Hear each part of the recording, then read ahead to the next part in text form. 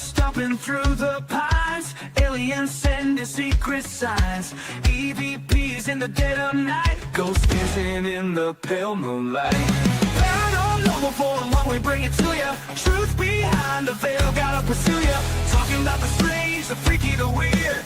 Fearless, we dive wherever you see ya. Portal opens in the woods so deep. Creatures crawl from a timeless sleep. Lights in the sky, they flicker and blaze.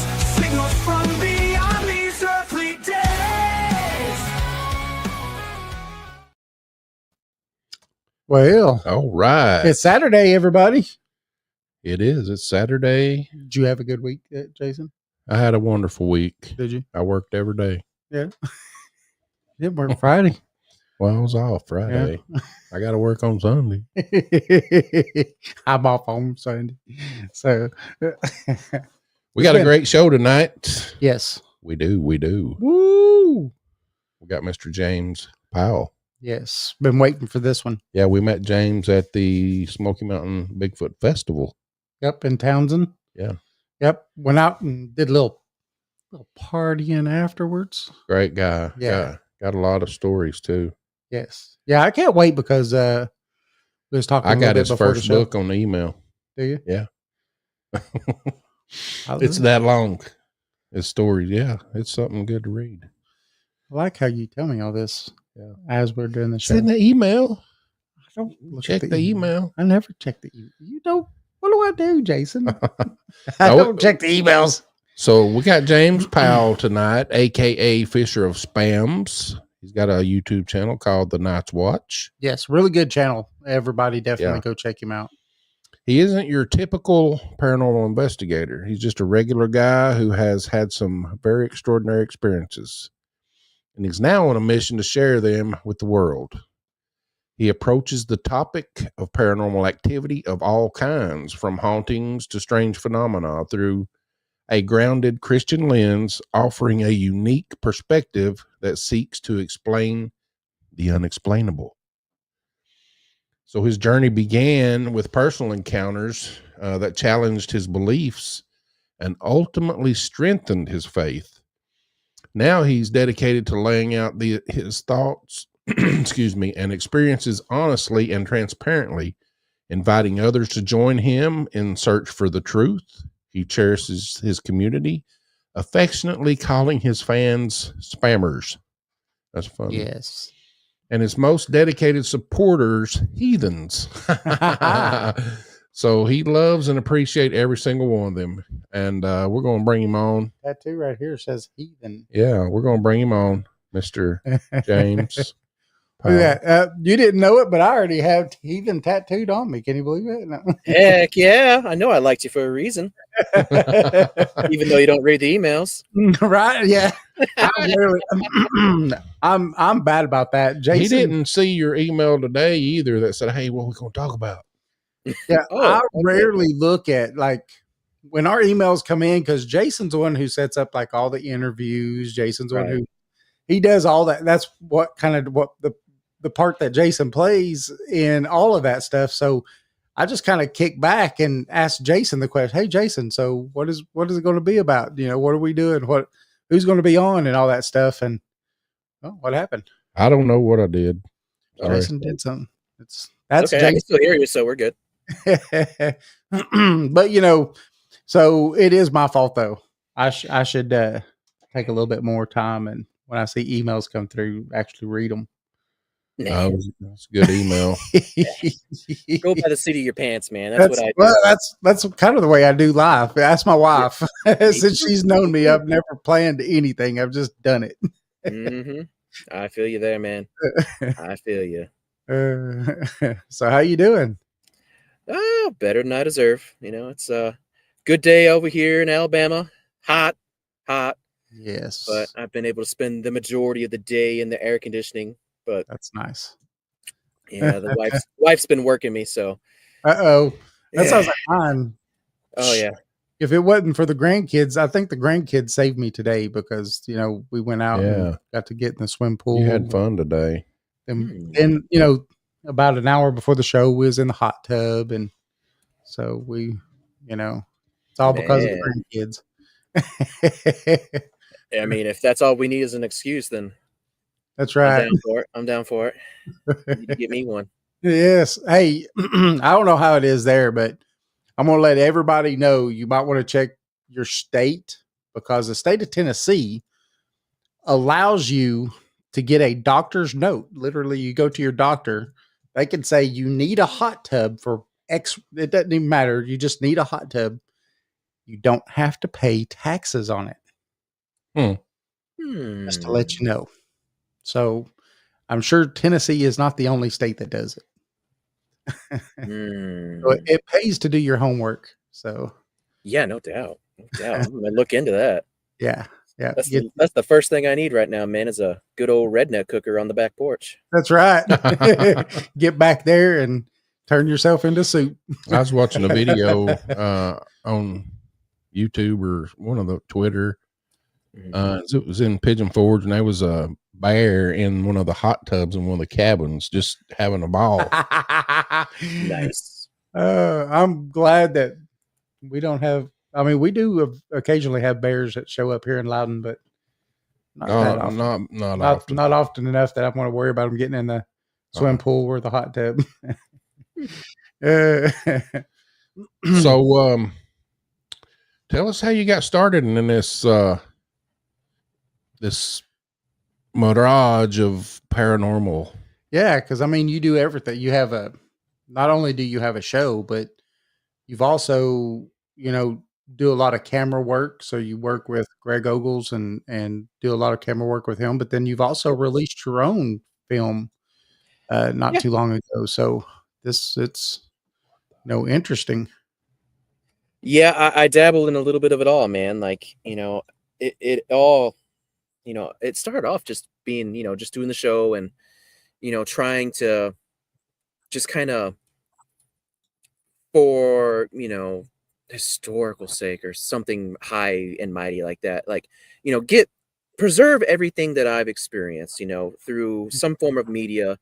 That way, maybe eventually somebody will stumble on it and help them out. I mean, that was like the main goal. I mean, because I guess I should probably rewind just a bit and say I've always been interested in this stuff, so much so that at one point in time it got me in trouble, and that's what started off, me having my own experiences that spawned into the show. But all right, so now we can go ahead back to where we were, and that was kind of like the end of it. But the one thing that I kind of noticed by listening to everybody else's stories that I've heard throughout the years is just like there's so many things that connect everybody's story, and lots of times people just don't even realize it. Yep. And for me, it was like when I listen to anybody's story, it's I only have my own experiences to go by to judge whether it's true or not. And it's like, man, these things just keep adding up and keep adding up. It's like, you know what? All right, I've preserved what I've went through. Let's keep going. Like, let's have other people come on. Like, I've met some people at this point. They're interesting. Let's have them on. And it just kind of snowballs from there. Next thing I know it, I'm still doing it. I'm making my own stuff, like you mentioned. I'm doing camera work for Relic Films with Greg and all them. And man, it's been a good time. It's been real fun. I've really enjoyed myself. Yeah. I mean, some of that camera work that you've done with like Relic Films and stuff. So you've been on the filming of all three of his movies? No. So I've just started basically about a little over a year ago. So the first movie that will come out that will have me behind the camera will be the newest one coming out now, the Vanished. Okay. So that'll be me. And then let's see here, we're going in sometime soon to the LBL, and that'll be me as well. we are wanting to go to the LBL. Yeah, we're hoping to. Yeah, this year. Yeah, I'm pretty excited to go, man. Like, it's one of those things. I've heard a lot of stuff about it, and I'm excited. I'm excited. I really am. Yeah, I welcome the challenge. Yes. Yeah. I mean, when it comes to the LBL, there's a myriad of things that happens there because depending on where you are, you've got paranormal stuff that happens. And then depending on where you are, you have Bigfoot stuff that happens, but then you've also got dogman things that happen. Right. So it's like all kinds of crazy things that go on in that place. And it would be, I think anybody that's into any of this stuff, it'd be, your dream, I guess, to be able to actually go and spend some time there. Yeah. Yeah. Yeah. I mean, it depends a lot on your perspective because, when we think about the natural world, the way evolution kind of and science just kind of puts it out there, why would apex predators be in the exact same area that fill the exact same niche? Mm-hmm. Why would there be spirit activity going on in the exact same area? It's almost like there's something that's there connecting these all somehow, some way. Yep. Don't know, but yeah. Yeah. I don't know. Maybe It's a crazy. portal. Well, it's what I think is it's kind of funny though, because you see, and not to, be clickbaity about it or anything like that, but you see the same thing in a special ranch, right? That they've got a TV show on Mhm. where you have all these different aspects going on at the same time. And, and you wonder, everybody thinks that place is so special, Right. but how many other places like that are there? And is the LBL one of them? I mean, I don't see a good reason why not. Right. Yeah. Right. I mean, there's a lot of factors that seem to go into all that, but yeah, I mean, to think that one place has a monopoly on all the stuff going on all at the same time, it's just ridiculous. It's happening all over the place, and people are encountering it all the time, and the majority of the time, they're just afraid to talk about it. Yeah. Yeah. So Yeah. There's a stigma attached to it. I think a lot of the energy from there comes from how they acquired the land and, who was on the land before that. I mean, it's terrible what they did. Yeah. When they flooded that place. Right. Well, yeah. They did. Go ahead. I was gonna say it's a good possibility, man. I mean, you start doing some heinous crap, and don't be surprised when the whole entire area gets affected. Yeah. Part of it. That's it. That's it. Well, I mean, it when it comes to paranormal stuff, because Jason and I, we do a lot of paranormal. When it comes to investigations and stuff like that, and you tend to get these pockets of places that where there's been quite a few things that's happened somewhere, and when these things happen in these places, it imprints upon either the property, sometimes structures, and even objects, and these things can give the appearance of something being haunted, when a lot of the times it's not really what I consider a haunting, because it's just residual. It's something that plays like a movie. Whether you're there, not there, or anything, it's not cognizant that you're there trying to talk to it or anything else. Right. When you do get those ones though that actually leave messages to you when you're doing EVP's work and stuff like that. Now those are the ones that you really want to go back and try to nail down. Yeah, I guess so. I'm not much into ghosts, I will admit. It's it's one of those things. I mean, if you want to go on a ghost hunt and bring me along, Yeah. there's a good chance it might not be haunted by the time we leave. But it's just me. This is me. I don't know. I mean, we've been to many places that were haunted, and they continue to be haunted. Some that were not. I mean, some it's just nothing there. But yeah. Well, that's the thing about anything, and I'm sure you've come with it. Hunting for Bigfoot and stuff like that is not every time is a home run, and not every time is a win. There's quite a few times you go somewhere and it's just a big nothing. You just get to spend time with people that at least you're happy to be around. Yeah, I mean, realistically speaking, like, here's the thing: when you go in to do any kind of, let's just say, film work, like the way that I explain it to people, like my help when I do my own thing, or anybody that might be new hanging around, it's like, look, you don't expect anything to happen because there's a great chance that it's not gonna. You know, alls we can do is do our best to do what we can to make sure we set up some great shots and make everything look as good as we possibly can and make some good TV. Because at the end of the day, if it just turns out into a exploring the wilderness with us kind of thing, then hey, it was a good time because we, the cast, were cutting up and just having a blast anyways. Right. It's just part of it. And plus you get to meet all kind of cool folks and have just tons of fun and tell crazy stories. So that's worth it. That's always worth it. Yeah. Yeah. Just getting to meet new people. Like we were saying at the beginning, we got to meet you when y'all came down and everything. So it was fun. We had a blast. Oh, for sure. When it comes to conferences, I don't care nothing about the conference. It's the after party that I live for. Yeah. Well, we That's had a where good the one. fun is. Yes, we did. Yes, we did. We definitely had a good one. For sure.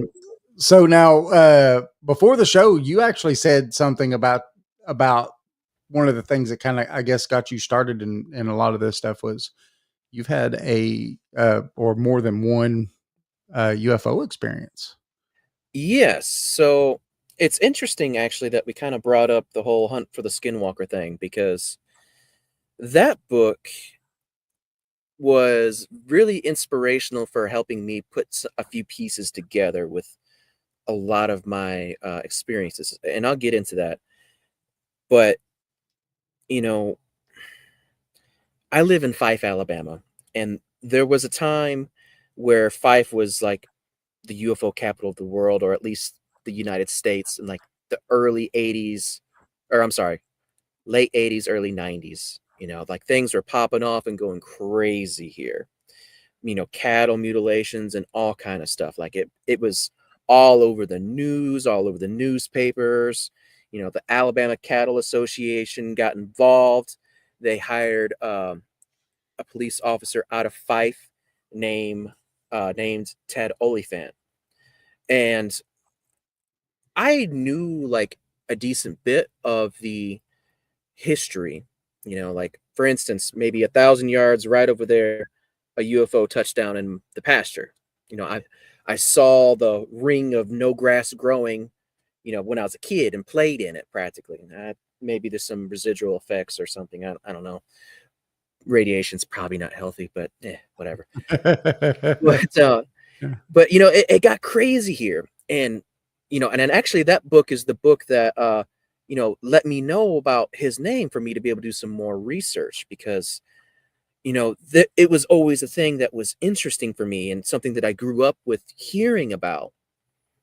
And then when I got married to my wife, I had found out kind of a little portion of their history with it. They had several cows that came up mutilated on their property. And, that's interesting. For me, like always being interested in this, it was kind of like, ooh, tell me more. You're tickling my tism. And but it turns out that her father had a crazy experience one night. And so essentially what happened with him was he was coming home real late at night and he was going by his cousin's house. And in the pasture, he saw a bright light out there. And his first thought was, oh no, because his tractor is broke down. I need to stop, go out there, see if he needs some help, see if I need to go get dad up or whatever. And he starts going out there and he realizes, no, it's not a tractor at all. It's just a big ball of light in the field, and all the stuff is on the news and everything's going on with all that. And his words to me was, well, how many times in life do you get to see a UFO?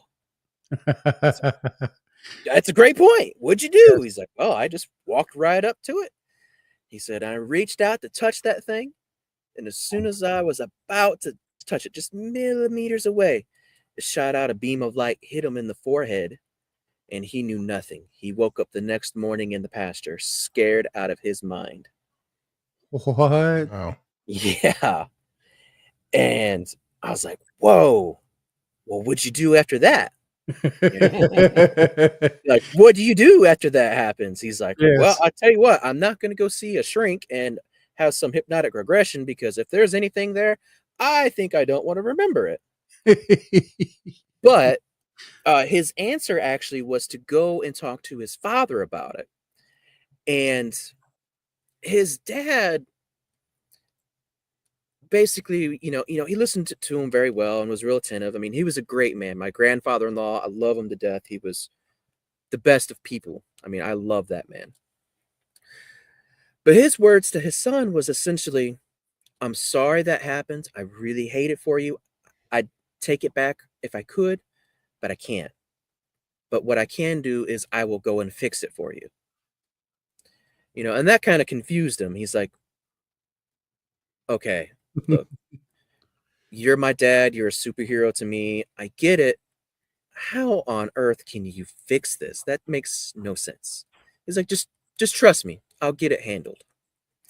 Now, his father was a very, very, very important person in the military. He had his own helicopter crew that flew him back and forth between like Anniston Army Depot and Redstone Arsenal all the time, like multiple times a day. He's very, very high up, or was. And it's interesting because, like, when you look at the official timeline of all the events in Fife, this is where things begin to change from people seeing UFOs to people seeing black unmarked helicopters. Mm-hmm. And, he had like a special schedule and stuff like that. And he'd tell people like, hey, don't go to the farm on this day, or well, rather this night, because Army/military is going to be out there. They're going to be doing reconnaissance missions, in quotations. And sure enough, that was the case. That was the case. And it's very interesting because when you look at the timeline, like the official timeline, when it changes, all kind of craziness starts happening with black unmarked helicopters, and it just gets really, really insane. And I'm not saying that he was the one that necessarily was piloting them or doing something with it, but he was high ranking enough to be like, hey, look, guys, there's issues going on here. Let's try to get ahead of it and do what we can to fix whatever we can fix. Mm-hmm. And that's essentially what happened. I mean, there's a lot more to it, and I break it down a lot more on my channel, but time being what it is, I mean, that's the short version. And it's what what I came to learn and have in my head on the night that I had my own experience. Mm-hmm. So, you want me to get into that? Yes, absolutely. All right. Is it the summer of 2014? Yes. Yes. That's what I want to hear. I figured. All right. So, needless to say, like I said, I've always been interested in this stuff, and every time I could find anything to consume about it, I would. And one point in time, I heard a very interesting episode of Joe Rogan Experience where Dr. Stephen Greer came on, and he was talking about this thing called CE5. Mm-hmm. And I ate it up, man. I was like, wow, this sounds super hippy dippy sounding. Like, this guy makes me feel kind of bendy when I think about it and talk about it. And the Space Brothers, bro, Yes. I get pretty bendy, but Mm. at the same time, I was like, I can't deny the results that he's having from it, though, Yeah. right? Yeah. So it's like, okay, well, I'm going to college at this time, full time, night and day classes. The wife just graduated. She's a nurse on night shift. So it's like, I ain't got nothing else going on. It's either try the CE5 stuff or go in the driveway, have a little fire, and get drunk with my dog and pet raccoons. Yeah. So I was like, all right, I'll try this stuff out. And it was weird because, like, I didn't really have the app at the time, and I didn't have walkie-talkies to play the broadcast signals and all that. But I did try like his like guided meditation stuff. And I found it to be very easy for me once he quit talking, because his voice was extremely distracting. But once he quit talking, I felt like I was able to, essentially just blast off. I would guess you'd call it astral projection or something. Like, I don't know. I don't know how all that works. I don't know the terminologies, but I was able to make contact, or at least it felt like contact, and I did it for multiple nights in a row, because after the first night, I was like, wow, that was so interesting. Let's keep going. And, each time I would remember portions of it, and even some of them I would remember almost next to nothing about it, but I knew that time had been spent. And, I would always just be questioning it, like, is this real? Or do I just have too vivid of an imagination? Like, I didn't really know what to think about it all. I don't have anything physical to prove to me what just happened. So I just chalked it up as, neat. We'll just keep on doing it until I get bored with it and it's time to go hang out with the coons again, right? And I remember the wife's work schedule was changing. She was going to go on to day shift now. So she came home, and this would have been like the 5th night, I think, maybe. Yeah, 5th night. But, I didn't do the CE5 that night because she was home. I didn't want her to get all bendy thinking about me. And we're asleep. And then all of a sudden, we both get woken up by something that is essentially right outside of our window. And this noise was just insane. It sounded like some kind of critters fighting. I don't know, maybe like 2 coons or like Tasmanian devils or something, but it was just the craziest screechy, roary thing that I've ever heard. I mean, we're just we're in a dead sleep, and all of a sudden it's like, whoa, what in the world? And to be fair, like my outside dog, that dog was fearless and loved to kill stuff. Like, she would bring animals all the time to us. She's fearless. She's a cow dog. She's not afraid of nothing. She chased coyotes for fun. Wow. But, that was like our first thought was, oh no, the dog's after something. Go get her. I'm like, yeah, I need to do that because, I'm thinking about my coons. I'm like, well, she's never bothered them, but I sure would hate for her to kill the little ones. So I was like, okay, I'll go outside and check it out. I get out, and there's nothing right there at the window at all. I'm like, this is odd. Okay. So I start walking around the property, and I'm calling the dog, and it's just nothing, there's not a sound anywhere. And I probably do it for 10, 15 minutes. And I'm like, I can't find the dog. I can't find whatever it's fighting. I can't find anything. I don't even hear a cricket chirping right now. Summertime in Alabama, that should have been my very first clue of, hey, something's up. Yeah, exactly. No crickets, no nothing. Like at my house, it's crickets and it's frogs. You can hear frogs. Oh, yeah. Oh, yeah. That and the cicadas, right? Yes. Cicadas like crazy. Mm-hmm. But I was like, man, I don't know. So I don't know what I'm supposed to do besides go back to bed and hope for the best. So I go back in, lay back down. The wife's like, did you get a handle? I'm like, yeah, took care of it. It's good. It's all good. It's all good, babe. Got it. I'm a dingo, man. And, so she's like, all right. And, we lay back down. We're back to sleep because, it's like three something in the morning at this point. And I don't know if we really did make it back to sleep. I mean, if we did, it was just so short of a time. And then it just kicks up again right outside the window. And this time she's pissed. I mean, livid. And she starts beating on me, and she's enunciating every single word with a punch. Go outside, get that dog. I've got to sleep. I'm just like, okay, okay, okay. I'm not coming in until I get the dog. It's okay. Just chill, chill. So this time I get on my house shoes and I get my Next Tech flashlight, LED, fully charged. I'm like, yeah, me, the shoes, the light, and my boxers, my favorite silk pair of boxers. That's all I need, and I'm gonna handle this. I got it. You got this, dog. Yep, yep.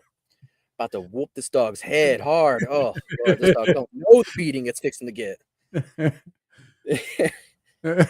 Hopefully, at least half of what you just got, right? Hopefully. Uh, Yeah, it was hurting pretty good. She's strong. She's redhead. She's pretty mean. yeah. So I go out there and I'm doing the exact same thing. I'm walking around everywhere. I've got the flashlight going, trying to find eye shine. And it's still the same situation. There's nothing. I check in all the buildings, around all the equipment. I even walked into the pasture a good little ways, and there's nothing. Nothing, nowhere. Dead silent. Mm. So I'm just like, and it's another 15 minutes or so past, and I'm just like, what am I going to do? I can't find the dog. I can't find whatever demon spawn is making that racket outside of my window. Like, what's going on? Like, I don't get it. And I'm just, finally, I just give up again. I'm like, there's nothing out here. I don't know. So I've accepted defeat. I'm getting ready to eat the beating that might happen again. And I just start walking back in. I'm just like, okay, I guess this is it, And as I'm going around the corner to the trailer, I notice that straight in front of me, right above the tree line, is a light in the sky. And it's 300-400 feet or so above the tree line, and it's about, from my perspective, baseballish size, softballish maybe. And, it's a warm white is the best way I know to describe it color-wise, like as in like light bulb. It's borderline orange, but it's not quite there. But it's not very far above the tree line at all. And as soon as I see that, like all the stories that I know that happened like to her father and all the stuff that happened on this property, it comes flooding back into my mind. And I'm just like, oh no. And I'm thinking about the C5 stuff I did the other, like last night and the night before and the night before and the night before. I'm just like, I've called them in, huh? I was like, oh no. And I remember saying out loud, like looking at things like, look, I don't know what you are, but I know that I want no part of you tonight. And so I'm just like, grin and bear it, go. And finish walking around and go to turn into the door itself. And in the process of doing so, I make the worst mistake of my life. And I shine the flashlight up the driveway. And at the end of the driveway, in the dirt road, there is a figure that is standing there. And this thing is blacker than the blackest black, is the best way I know to describe it. It's like 7-8 foot tall. I mean, it's huge.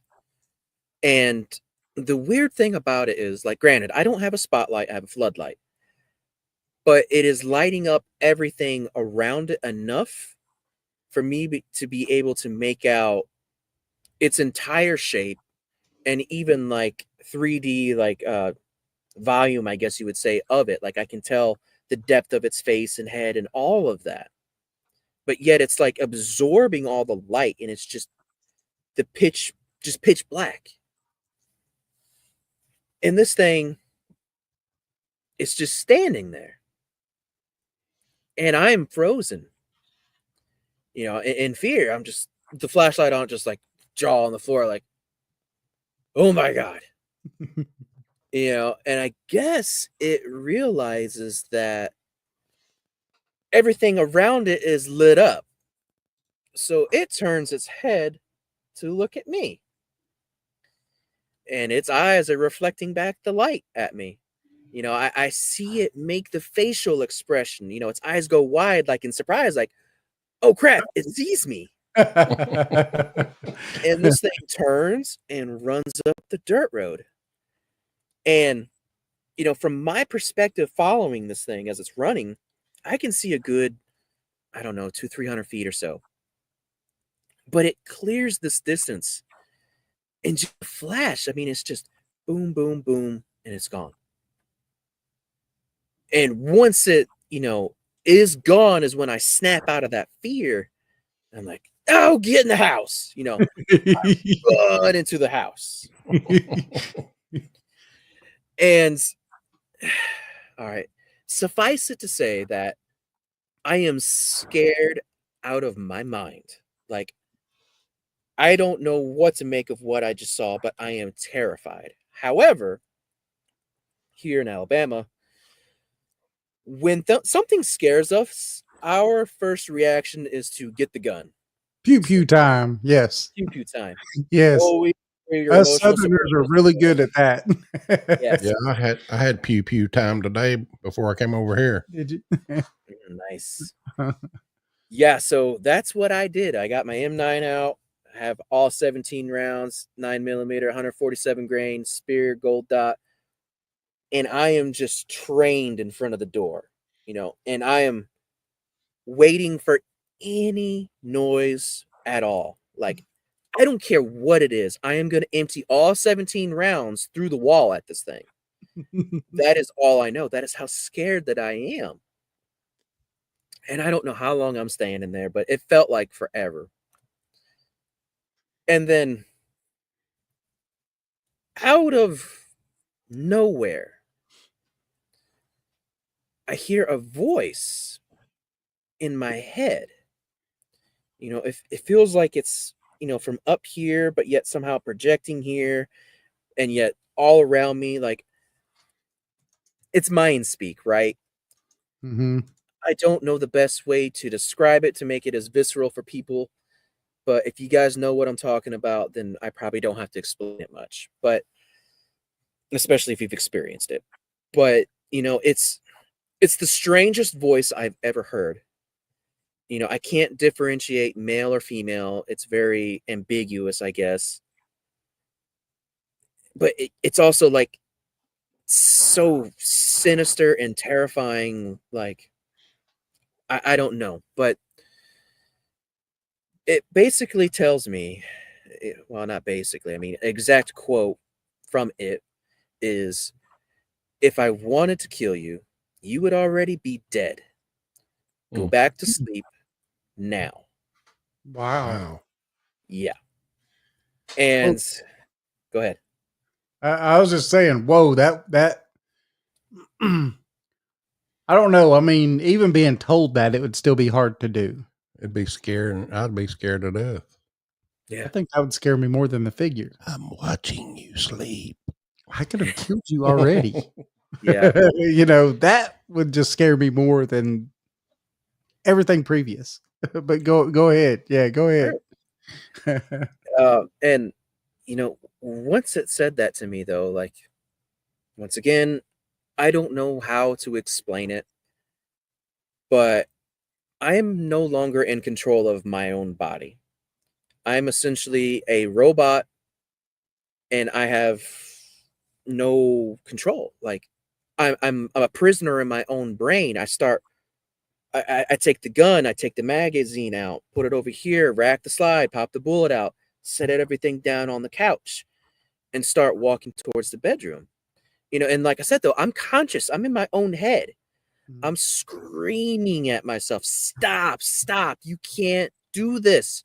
You've got to stay there and protect everybody. You're the only person that's awake. You can't leave, and it's just, I'm doing all that I can to try and make myself stop, but I can't. Mm. I don't have control. It's fully got me possessed, for Oh, lack of a better word. Right. So, in hindsight, my buddy Tom brought this up to me, saying that, its threat of, if it wanted to kill you, in that moment, if it had full control over my body, what was to stop it from making me, instead of taking the gun apart, just going like that, Yep. Yep. you know? Yeah. Yeah. Absolutely. yeah, that's wild. Yeah. Oh. And like I said, I'm just screaming at myself from within my own head until I get into the bed and I lay down, and then I'm out like a light. Next thing I know, it's the next morning and I got to go to school. My alarm's going off. Wow. Yep. Wow. No idea. And the bad thing about that is that you don't know if you have missing time after that because you went to bed. Yeah. Yeah. Yeah. I don't know. I don't know. But, I do know that, like, when I woke up, I mean, it was like instant panic, Mm-hmm. all the emotions and fear just came on like a flood, like it never stopped. It was like, oh my God, what's going on? Where's it at? Where am I at? Ooh, I gotta pee. You know, that was that was my first thoughts when I woke up. So Yeah, it's the like alarm. the pause button was unhit and play was hit again, and you could resume your life now. Yep. Yeah. Yep. Yeah. It was That, just like that. that's insane. Mhm. Have you had anything like that happen since? Yeah, sort of. Not quite to that extent ever.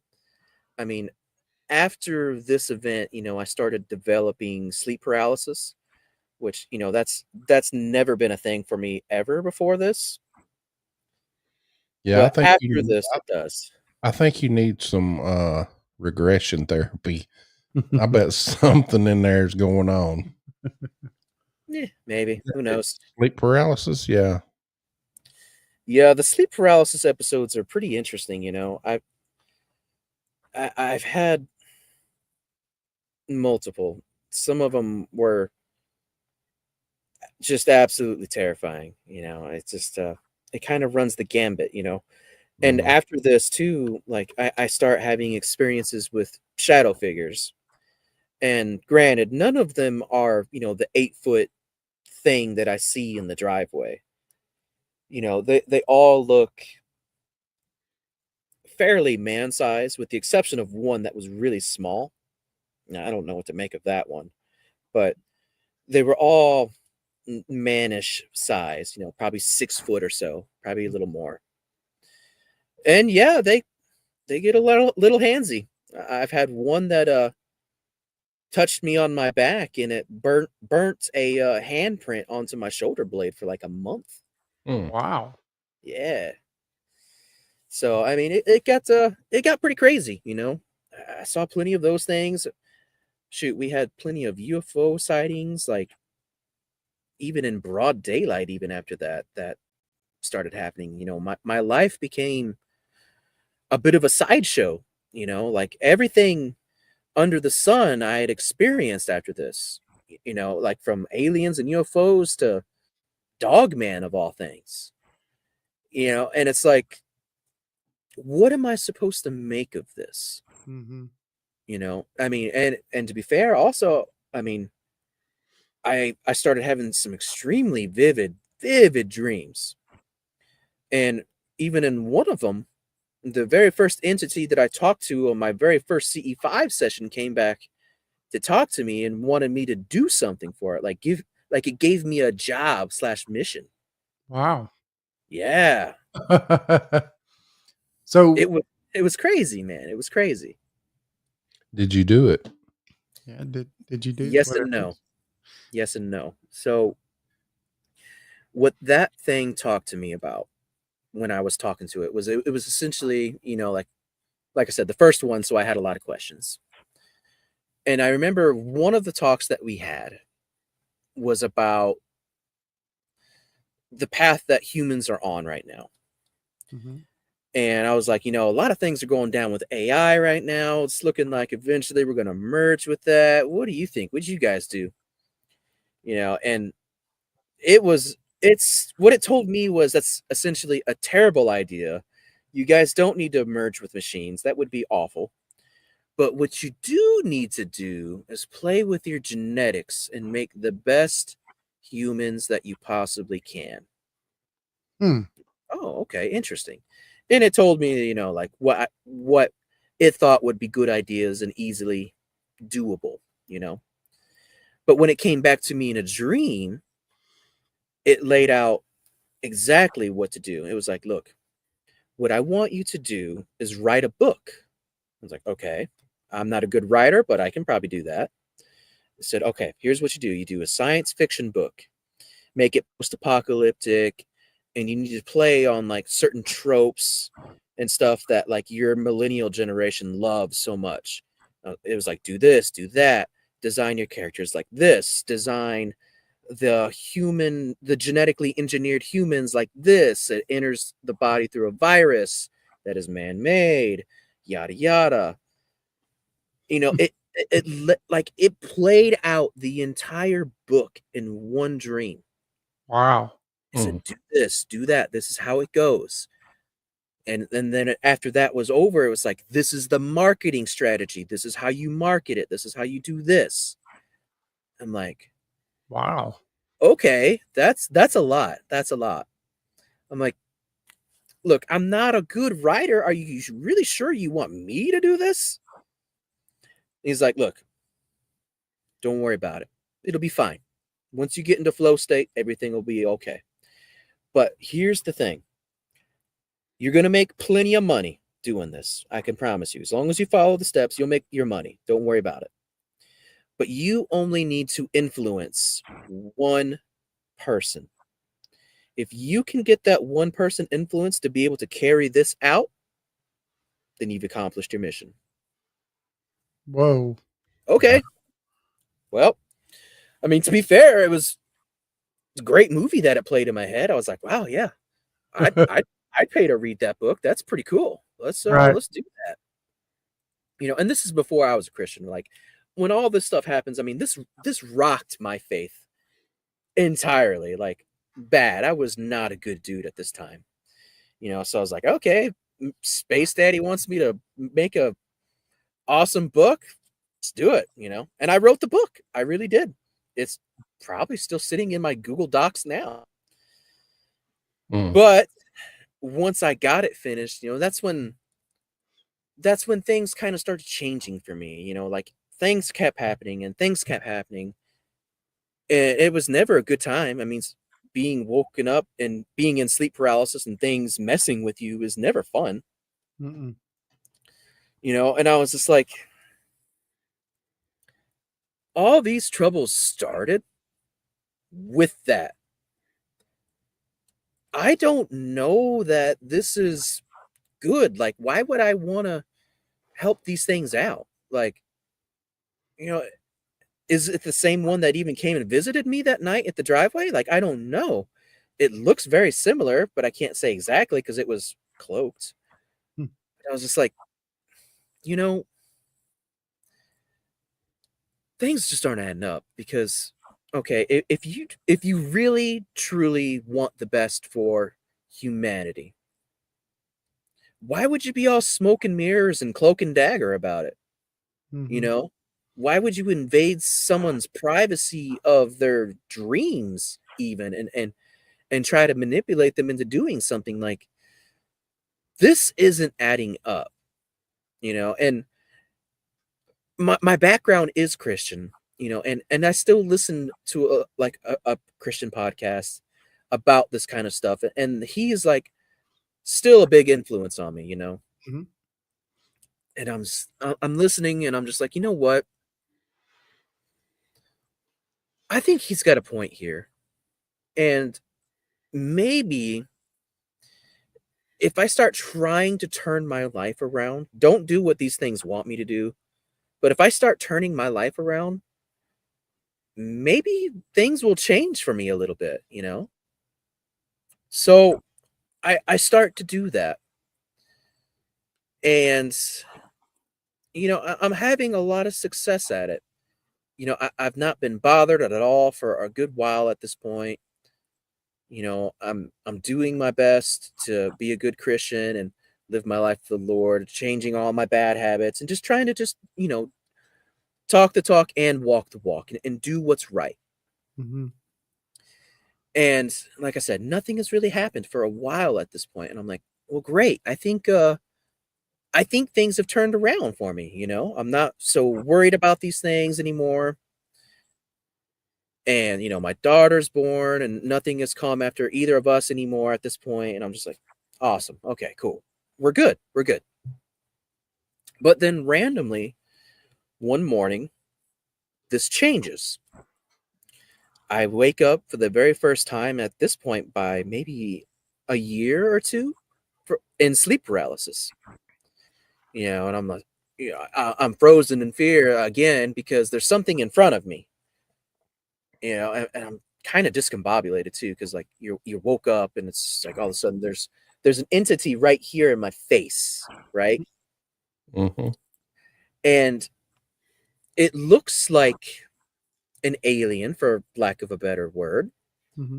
but it's also kind of ethereal and wispy and almost like a ghost-like manner, I guess you would say. Mm-hmm. And it's right in front of my face, maybe 6 inches away, and it's just jeering at me, like it's just laughing at me. And I can't hear anything, which is probably good at this point. But I just get the overwhelming feeling that this thing is just laughing at me like, "Oh, I got you. You thought you were good, but I got you. I got you this time." Hmm. You know? And I'm just like, "Oh no. What am I supposed to do?" I was like, "Oh god. Oh god. Oh god." I'm like, "Okay, okay. Just chill out. It's okay. It's okay." Uh and then, before I can like think more about it, the thought pops into my head of, "Oh no, my daughter's in the bed with me. She's sleeping. It's summer break for her." And as soon as that thought enters my head, this thing's smile on its face just gets even bigger like a Cheshire cat. Oh. And it's like, "Oh, oh." And then it turns its head and looks at my sleeping daughter. Hmm. And then it looks back at me and its smile gets even bigger. I don't know how. But I mean, I see this thing's mouth and its teeth just looks like shark teeth inside its head. Mm. And it's just like, "Oh yeah, guess what I'm about to go do." And then it just, as it's floating here, it just floats to the side and starts getting in her face. And, this is like when true panic kicks in for me because, you know, mess with me all you want to, but don't mess with my kid. That's unforgivable. You cannot do that. So that's panic inducing for me. And this is when I'm like, okay, wait a second. I can't move, but my brain's turned on. I'm like, let's just pray. you know so I start praying. I'm like, hey, Jesus, man, like, I really need you, bro. Like, I really, really, really need you. Like, this was all supposed to be done. I don't know what happened. This thing's here, but I need to just protect my daughter. Please, please give me the power to help and protect her.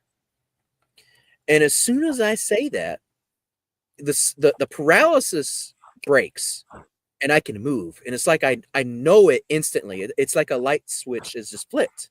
Mm-hmm.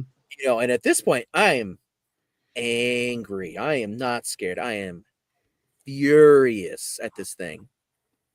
I reach over there and I grab this thing by the wrist and yank it away from her and then basically hold it all the way to the other side of the bed. And it's in the floor, and it looks up at me like, what in the world? Like, it's in shock. Like, what just happened? And I'm holding on to it by the wrist, and I start screaming in its face over and over, Jesus, Jesus, Jesus. I'm not saying anything else. I'm just saying the name of Jesus over and over. And this thing all of a sudden starts to writhe in agony, like it wants to rip its own flesh off. And then once again, like a switch, it disappears. And my hand that was holding the wrist collapses. There's nothing there no more. Hmm. I'm just like, oh, well, that worked. It's like, okay. I'm not sure what I'm supposed to do in this situation now. This is new. I looked over at my daughter and she's like wide awake, like, what's going on? I'm like, hey, you okay? She's like, uh-huh. Like, You did want you see pancakes? anything or hear anything? She's like, just you yelling at something, Daddy. She's like, what happened? I'm like, okay. Do you ahead. think that first time you did the CE5, you opened yourself up to all this stuff that's happened? That's the same question 100%. I was going to ask. 100%. Yeah. As far as I'm concerned, now, granted, guys, I'm not going to beat anybody over the head with the Bible and try to force my beliefs on anybody. Take it or leave it. I don't care. But my opinion, when you do something like CE5, you're initiating contact, right? Mm-hmm. You are giving over permission for whatever said entity that wants to make contact with you to come in and do that. Mm-hmm. When you're not like specific about it, I guess, like as far as that stuff goes, I mean, the door is basically wide open for it to do whatever the heck it wants to. Mm-hmm. And whatever is out there listening is like, yeah, I'll get on that. I'll get on that. Like, Yep. yeah. I mean, you've initiated contact. You've given it permission. It's like opening the door to the vampire and saying, yeah, come in. You're good. I don't got no garlic. Come on. Yeah. And then No steaks. everything comes in. Yeah. Right. The same thing happens in divination and things like that. When you do any type of divination, so use a Ouija board, Mm-hmm. anything of those natures, it's the same thing, right? You have to set boundaries when you use these tools, because if you don't set these boundaries before you use these tools, then it does the same thing. It opens this up. It opens you up Mm-hmm. to these things coming in. Right. But it also, if you don't close these things properly at the end of it, then it keeps that door open. So it's not only opening it up to talk to something, but it's knowing how to close it at the end of it. And if he doesn't have a clear way of closing these things, that he's got these thousands upon thousands of people opening these portals up, there's no telling what he's doing. Mm-hmm. Yeah. So, I mean, like for me and what I tell my folks, CE5 is a bad hot no. I don't suggest doing that. Don't make my mistakes, and be careful about the things you say. Like, I mean, shoot, how many times do we gotta hear people giving the cautionary tale of be careful what you wish for? Mm-hmm. Like, oh, I sure would love to see that. Mm-hmm. Oh, that'd be cool. It's cool until you see Dogman right there. Right. And it's like, oh no, is this about to go south? Like, Mm-hmm. you gotta be careful. Gotta be careful. Yep. Absolutely. And when it comes to anything as far as the paranormal goes, so I mean, Dogman, Bigfoot, it doesn't matter what it is. Mm-hmm. Like you said, be very mindful and careful about what you wish for, because if you get it, you may not be as happy about it at that point. So, Oh yeah, I don't even put a welcome mat on my front door anymore. Nothing's welcome in my house. Well, we sage our house pretty often. We push things out. What's funny is when I used to do long haul trucking, when my wife and I both used to team drive for about 5 years, and then she came off the road, and so I was still just long haul trucking by myself. And people usually thought I was crazy, but when I would come home, I could tell walking through my door if my wife had saged the house before I had come in. And it wasn't that I could smell the sage, because usually it was done a day or so before I come home. Uh, it's hard to explain if it's something that most people don't do, or they're not in that era in their spirituality Right. at all, because my whole life I've seen ghosts. So I was Mhm. born seeing ghosts. 3 years old I first started seeing ghosts, and I have seen them my whole life.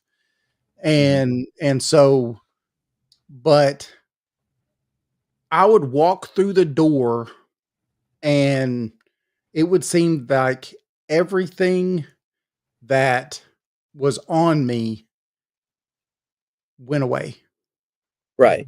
Completely just went away. Like work, all the stuff of being a truck driver and all the crazy stuff you see and have to deal with all week. Mhm. As soon as I walked in the door, it was just like there was something there that just went whoop and just Mm. swiped it right off of me. And I could Right. literally feel getting lighter. Mhm. And it's a crazy feeling, but Oh, yeah. but it really works. Hmm. Interesting. Yeah. It's interesting that you say it like that because, like, I mean, think about it. Whenever you're like in the presence of, I don't care, fill in the blank of whatever the entity is of whatever flavor, Mhm. you can tell, like, you can feel it in the atmosphere. Like, you can just cut through it with a knife. The air is so heavy and thick. It's very, very interesting. It doesn't matter if it's aliens, Bigfoot, Dogman, ghostesses, whatever. Mhm. It's always heavy, and it's almost like it's just charged with a static almost. It's very, very interesting. Have you guys noticed that too? Yes. Okay. Yes. Absolutely. Yeah. I'll tell you something too is you was kind of hitting on it a few times tonight, Mhm. but there's a lot of people that believe a lot of this stuff is connected, Oh, yeah. you Oh, yeah. know, in one way or another. They're trying to find the thread that a common thread, I guess, that goes Yeah. through the paranormal, through Bigfoot, through UFOs and aliens and abductions and all of this stuff. There's something that interconnects all of it. Oh, yeah. Oh, yeah. I mean, it has to be because if not, then I should have been struck by lightning, I don't know, a couple times Yeah. because aliens, Dogman, shadow people, Bigfoot, heck, giant spider at this point. Like, What? come Giant on. spider? Yeah, What? I saw one of those too. Saw one of those too. What? Oh, You my want to hear wife that is story? arachnophobic. My wife is Oh, arachnophobic as heck, but yes, I need to hear this story okay. All right. because I'm a So Lord of the Rings fan. So I mean, not that big, not that big, not okay, that big. okay. Okay, but no, actually, because after like my stuff happened there with the alien in the driveway, it didn't take very long for us to move off the wife's family property and out of Dawson, Alabama. But before we could, I was getting into the car one morning and I was fixing to go to school, and I look across the driveway because something was moving on the tree that caught my attention. And my brain just said squirrel. I'm like, yeah, nothing. It's just a squirrel shaking its tail. So I start walking closer and closer to the car to get in it. And the shaking of the tail, well, at least what I'm interpreting as a tail, stops. And I see like a shape just rush down the trunk of the tree and go into the middle of the dirt road. And as an interesting aside, it actually did stand exactly where the alien was at. But anyway, Whoa. so the shape moves into it, and I'm just like, that's not a squirrel. What the heck? And there is a giant spider in the dirt road. And it's got four legs forward, four legs back. I mean, it's a classic spider. Only the problem is this thing is the size of my car tire. Whoa. It's not the size of the rim. I mean, rim plus tire. mean, this thing is Wow. like this big around. And I'm just like, what? And and of course, in classic Alabama fashion, I ease the door open, keeping my eye on this thing, and reach for the 9mm. I'm like, "Ooh, I'm about to have proof of you." Yes. And as soon as I'm pulling this thing out, runs into the grass and is gone. Oh man. Oh yeah, I wasn't happy. I was like, "No, I was gonna put you in the freezer and You'd show you to have people been on Facebook." you'd have been a billionaire. I know, I know. I mean, because you know, I think I seen one about half that size. really. Yeah, I was working on a barge terminal here in Loudon, Mm, and I was pressure washing the deck of the terminal, and there's a pole that goes down in the water, but it's open on the end. So I'm pressure washing down in there. My Lord, this biggest spider I've ever seen crawled out of that hole. I'd say it was maybe that big, mm, biggest one I ever seen. Huh. yeah, Scared me to death, I bet. My wife would have died right there. Literally, she'd have had a heart and it was attack. furry. Yeah. Yep, Yeah. yep. I And know. what's interesting though is I went on like a little bit of a small side quest after that. I was like, I didn't know spiders got that big here. I was like, okay, I've got to figure this out because, before all this, like my wife and I and her family, or well, her mother with us, like we owned a pet store. Like I've sold Goliath bird eating spiders. I know what those look like. I know what like a bunch of tarantulas Yes. and stuff look like. I'm like, this thing doesn't look anything like what I've seen because I saw it full on in the daylight. It's like a charcoaly black and gray color, like intermixed with those two, with stripes down its leg that were like almost like an orange to like a burnt orange kind of color, almost kind of fading into like grays. I'm like, that doesn't look like any tarantula that I know about. Hmm. And I do all the searching that I can find. And I don't remember if it was like maybe an episode of Monster Quest or just something on Nat Geo or something, but they were talking about giant spiders. And they were saying that in America, the biggest spider that we know about is the black water spider, I believe they said. And they're like, it gets really big, it's about the size of your hand. And then once it reaches that size, it leaves the water and goes into the canopy. And from there, we don't know how big they get because there's nobody with enough research or funding or even just want to go up there and explore as this thing starts munching on birds and things. And they have no idea, and I'm just like, oh, okay, well, they gave me the disclaimer. It's a black water spider. Hmm. Problem solved, But then again, once I kind of heard like the whole Choctaw creation myth and the spider stuff with that, and it's just like, oh, wait a second, that maybe that's not natural after all. Like, I don't know. I really don't have a clue. I just know that thing was big, and I did not want to pet it. I wanted to end it. You're gone. I know. Yeah. Growing up, we moved from Tennessee here to Texas when I was a kid, and we lived out West Texas. Mhm. Well, there's a couple times a year. Well, one time a year, I think, is what it is. That they have like a migration, Mhm. and these are big tarantulas. I mean, these things Mm. are probably Yeah. this big, but there'll be so many of them Mhm.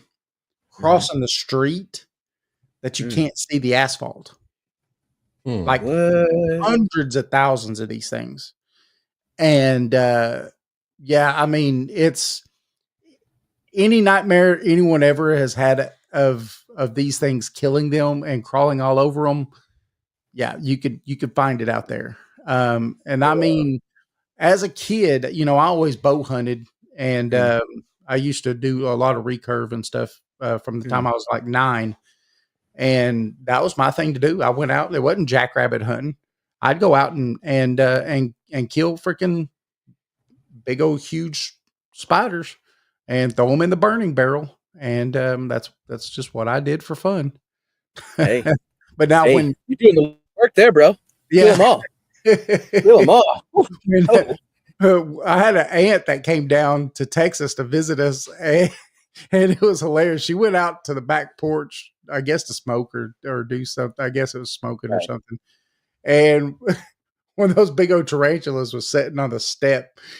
She was screaming. She took a broom and started beating this thing, and it just ran off. And she's like, "No way can you hit a spider that many times and it not die." She's like, "I'm moving back to Tennessee." Yeah. I don't blame her. It was just last week I seen Coyote, whatever his name is, with a couple of tarantulas going to bite him. And when he grabbed that one, and it was a good size, probably like that. It was so strong that he couldn't control it in his hand. That's how strong them things are. Yeah. It's pretty wild. Yeah, there's no way. When we did the pet store thing, man, Yeah. I hated selling tarantulas because I swear it was always be like these like 10-year-old snotty kids. Is the spider friendly? Yeah, it's pretty nice. Yeah. Will you pick it up? Nope. Is his Are you name gonna Charlotte? buy it? Are you gonna buy it if it's friendly? It's like, dang it. All right, come here, you little devil bug. Oh, no. Look, you can hold it. Oh, I hate it. I hate it. But the good news is, like, whenever you are holding, one like that from that side, like from that height, if you just flip your hand over and drop it, they will break in half and die. So, Really? yeah. Huh. Well, it's not the biggest deal in the world. If ever that thing got a little bit kind of squirrely on me, I'd just be like, bloop, bye-bye. Oops.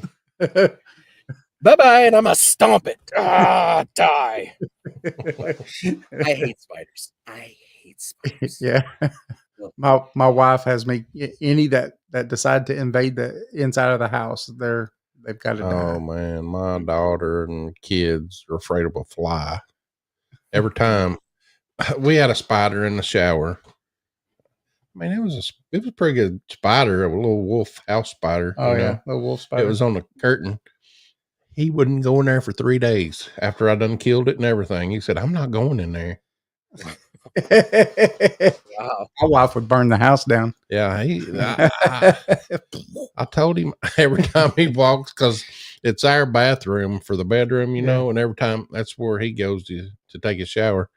Every time he walked in there, I'd be sitting on the bed and I'd say, "Watch that spider," and he'd come running right back out. That's mean. That's mean. I know. It's still funny. I'd do it. I'd do the same. Yeah, man. Let's talk some Bigfoot.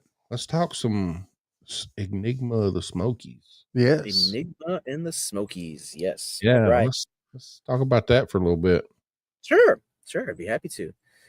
So that is the very first documentary thing that I've put out through my own personal channel.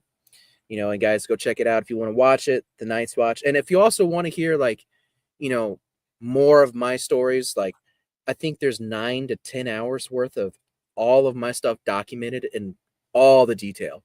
So, feel free to go check it out after you've liked and subscribed to Paranormal 411 and you're done hanging out with us. But anyways, so what happened was I just got back from Townsend, basically, and filming out there with Relic Films and Greg and Adam and all those guys. So we just got back, and I'm just pulling in the house, and the wife's like, "Hey, me and some friends from work are gonna go up to Gatlinburg for a little long vacation, and you're going." I'm like, "Okay, I just got back, but okay, when are we going?"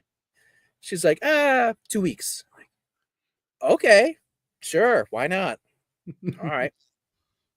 And that we have a great time, But one day they're going to Dollywood, and if there's one thing that I hate more than spiders, it is roller coasters. I hate roller coasters. Absolutely hate. Yes, I cannot stand it. give me a car and let me do something extremely dangerous at 200 miles an hour. I'm here for it. I'll do that all day long. Strap me into a perfectly safe and calm roller coaster in comparison. Oh no, no. It's not good. I don't do that. I know it doesn't make any sense, but no, I don't do that. I just don't like Dollywood. That's fair too. That's fair too. Yeah. Yeah.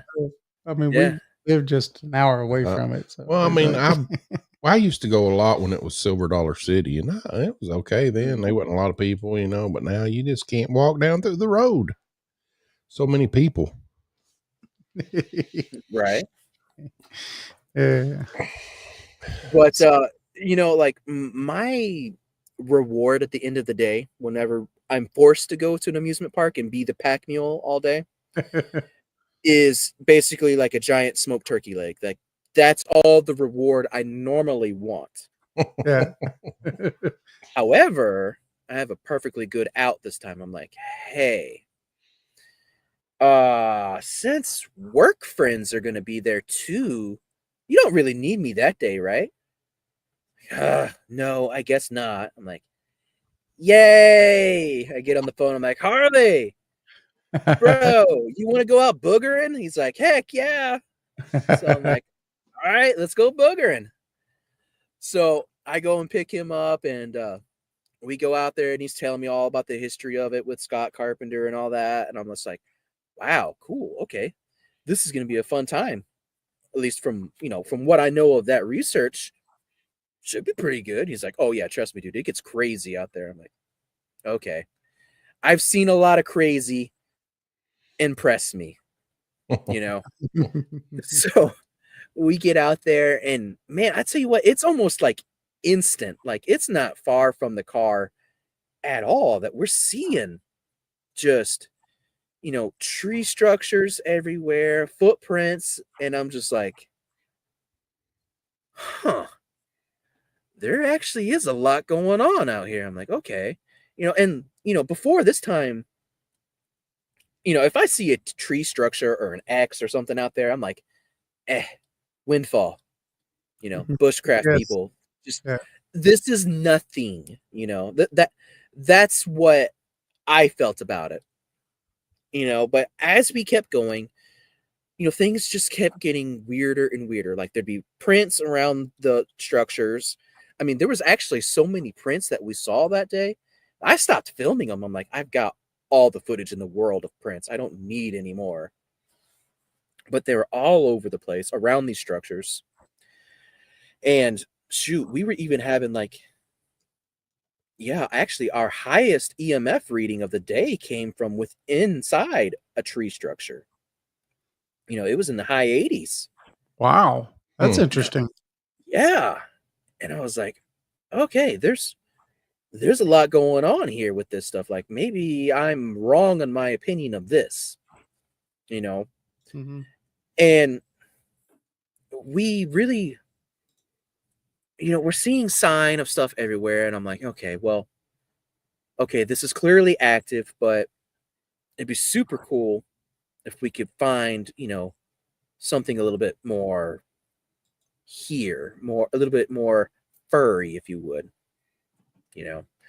and we get down to this gully or gulch or holler, whatever you want to refer to it as, and it's time for us to take a break because we're ultimately kind of looking for like this cage that's out there. And as we're sitting down and just kind of hang out for a bit, the woods become just eerily silent. I mean, it's just, you could hear a pin drop. And then all of a sudden, we start hearing rock clacking going around all around us, and we're like, uh-oh, I think there's something here. And the interesting thing too to note about, like the rock clacking that we were hearing was that, there is so much quartz just all over this place. I mean, it's just everywhere. Every single rock that I've seen on the ground that you could easily pick up and do that with was quartz. Mm. So I'm like, I bet you that's what they're using the clack with. And these things are just starting to surround us. So we're like, okay, let's start turning on the cameras, you know, because I mean, it really was meant to be nothing. We were just going to just hang out there and, take a break because we were tired, or at least I'm tired. I'm fat and old. You making me hike this far into the backwoods with no trails. I'm a little tired. So, but all of a sudden, we're like, okay, let's turn on things. We start seeing movement on the ridge line across from us. I start to see like a face kind of like peeking out from a tree. I'm like, okay, so I'm turning on the camera for sure, and I'm focusing right here. And we caught some really good stuff, like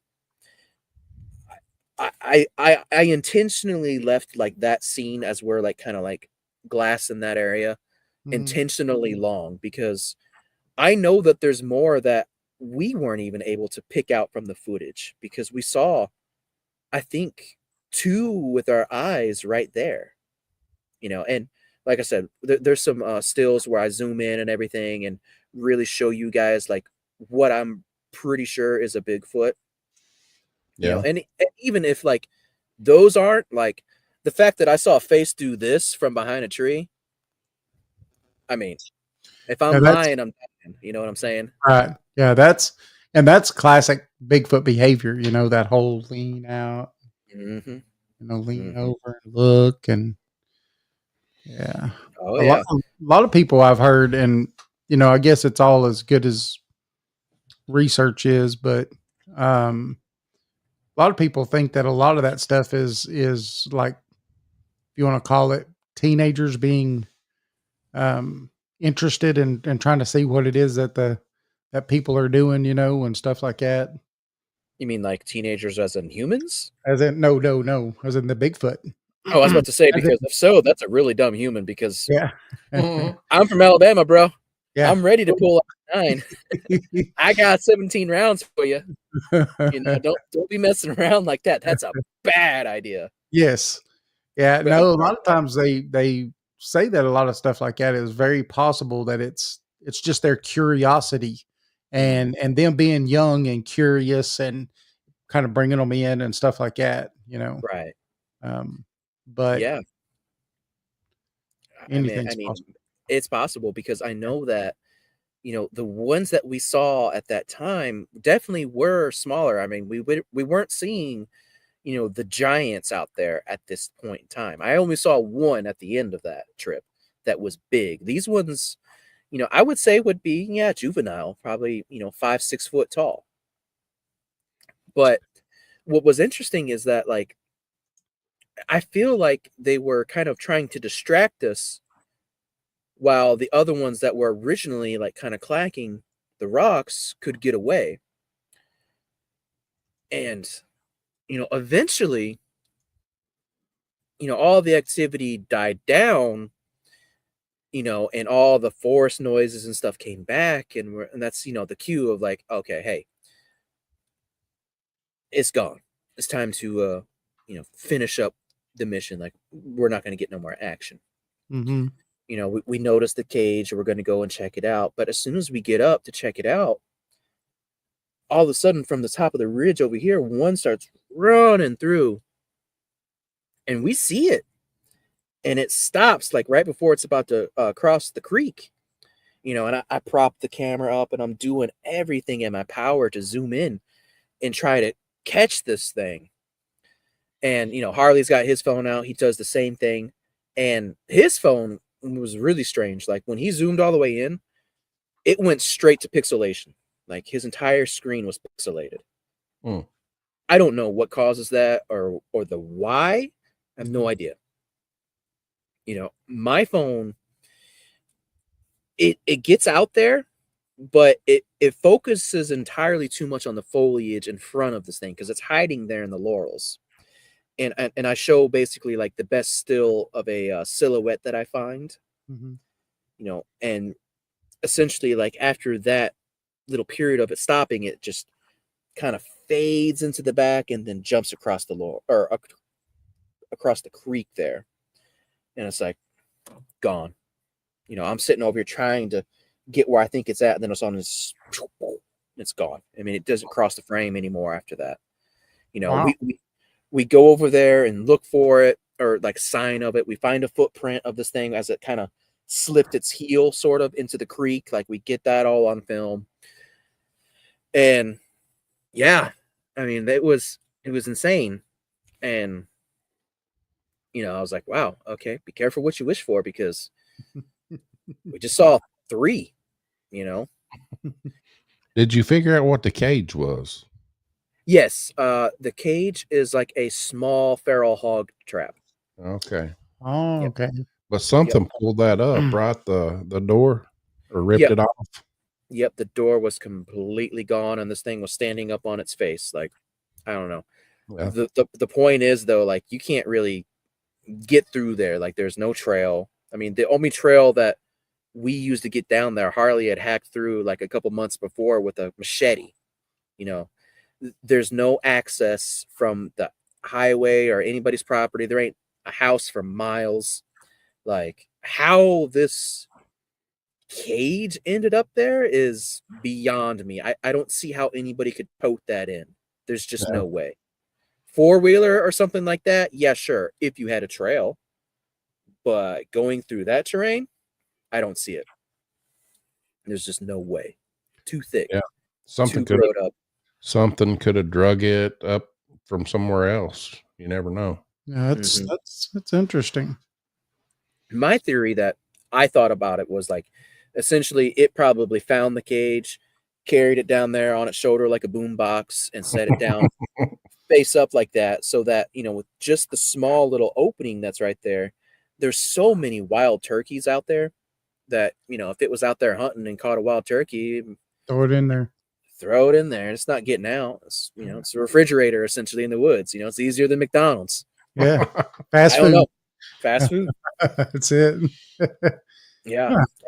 That was my thoughts on the matter. You know, I mean, who really knows? I mean, it's possible to be anything.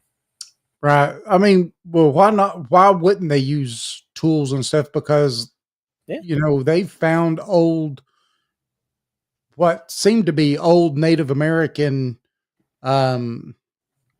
fish catching techniques in some creeks and rivers and stuff, where, you know, they'll build up to where they have to funnel through a certain area. Then they could, right. You know, they go into this area and then boom, they could just catch them. And they've found things like that, you know. And so what else would have the ability to do that? I mean, not too many people are going to go out there and go fishing in that way. No, there's way easier ways to do that. So why would you waste your time? Yeah, you know? Exactly. Throwing net or whatever. Yeah, I mean, I don't know. I know that, you know, my personal opinion on the nature of Bigfoot, you know, like when they are here in our reality / dimension, you know, you gotta obey the laws of physics. You know, you gotta eat, you gotta go get food. Yep. I don't think they're here all the time. I think they can kind of go back and forth between dimensions or whatever. I was going to ask you about the woo. How did you feel about the woo side of things? Because we're very woo oriented here. Paranormal 411. You know, I mean, I believe that, like you said, when they're here, look, we got footprint evidence. We get all this evidence, yes, and we've got some DNA evidence. You know, but you got to explain the orbs and the fact that you could see footprints go out in the middle of a field and then they just disappear. And, you know, explain these weird things to me then. Yeah. Well, you know, Gigantopithecus blackie is a really big and smart monkey. Yeah. And they're really good at swimming. That's why they're on every single continent across the world. Even in places where it doesn't make sense, like Hawaii of all places. But they're really smart and they can jump really good. The footprint that you're looking for it's over there, like 1,000 feet. They're good jumpers. Yeah. I don't know, man. Get them in the Olympics. Right. I believe, of course, I know David does too, that they walk in both dimensions. Like, well, there's too many Native. I mean, all the Native American cultures, that's what they talk about. Yeah. Exactly. They walk in both worlds, you know, this world and the spirit world. I agree. 100%. 100% agree. You know, Yeah. you asked me if I'm on the woo. Yeah, I'm on that train, bro. Woo Yeah. woo. Me too. Woo. We're whoop whoop all the way. Mhm. We'll get people on the show that are not. Yeah, sometimes I like to ask the question Yeah, he about it, usually does it. and they say, well, Now, granted, like, you know, when I have people that come onto my show, if they're not on the same level as me, that's 100% fine. Like if you want to discuss Bigfoot in terms of purely flesh and blood, like I'm with you. Like I can have that conversation because I started there, you know. Right. I think Right. we all do until we Yep. get those questions, and then we're like, oh, one of these things is not like the other. That's You know, right. it's like, You what do you talk do to with enough that? people, you hear enough, uh, people's experiences and things like Exactly. that, and you're like, yeah, there's like you said, one of these things are not like the other. The Yep. one thing doesn't belong. So what's going on here? Yeah. Yeah. And I Yep. mean, to be fair, I mean, it could be multiple different things going on too. I Yes, mean, it I'm can. not I'm not 100% like Bigfoot is this. Right. No, I mean, it could be that, Mm-hmm. but to be fair, it could also be, I don't know, some kind of government created chimera Mm-hmm. slash meat suit clone thing that's Yep. being possessed by something. Could Yep. be. I mean, shoot, here's something I love to tell apers just to make them so mad is what if, hear me out, we're going to go hunting squirrels right now, okay, guys? We're hunting squirrels. What if we take the lore and stuff that is around skinwalkers, right? Mm-hmm. What happens when you put on the skin of a human being if you are a skinwalker? Do you look like that person? Or do you look like something that is an abomination of what a person is? Mm-hmm. Right. Maybe. Maybe. I don't know. I don't know. There could be all kind of things going on, and until we have the chance to actually get one of them and sit down and have a podcast and be like, so how's your mom and them? What's up? You Yeah. know, until that happens, we're Right. all kind of speculating. Saying it's Yes. an ape or a relic hominid is no less better than saying, I think this thing is actually Enkidu from what the Sumerian mythology talks about. Right. Yeah. Tell me the difference. Why is yours better than mine?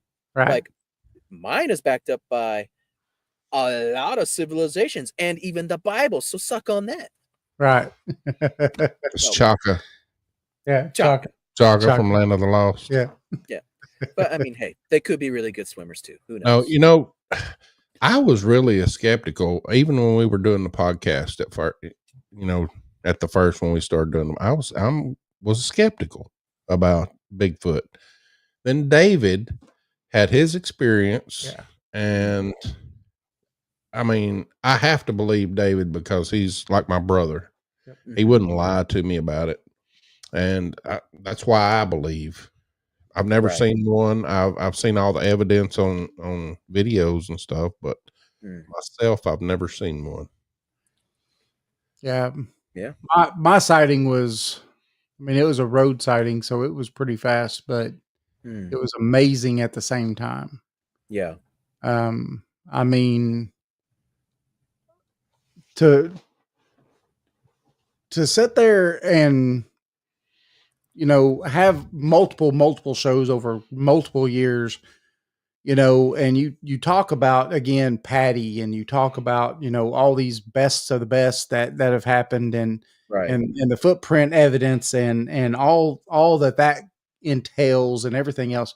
You start to have this, if you're sitting on a fence, you're starting to kind of lean over to the side of, okay, well, this is definitely probably something, right? I've never experienced it, but then you have all the anecdotal evidence, all the people's tales from people who have actually seen these things. Oh, You yeah. can't tell me all these thousands of people are lying. But then Yeah. I'm driving 18-wheeler in Washington State.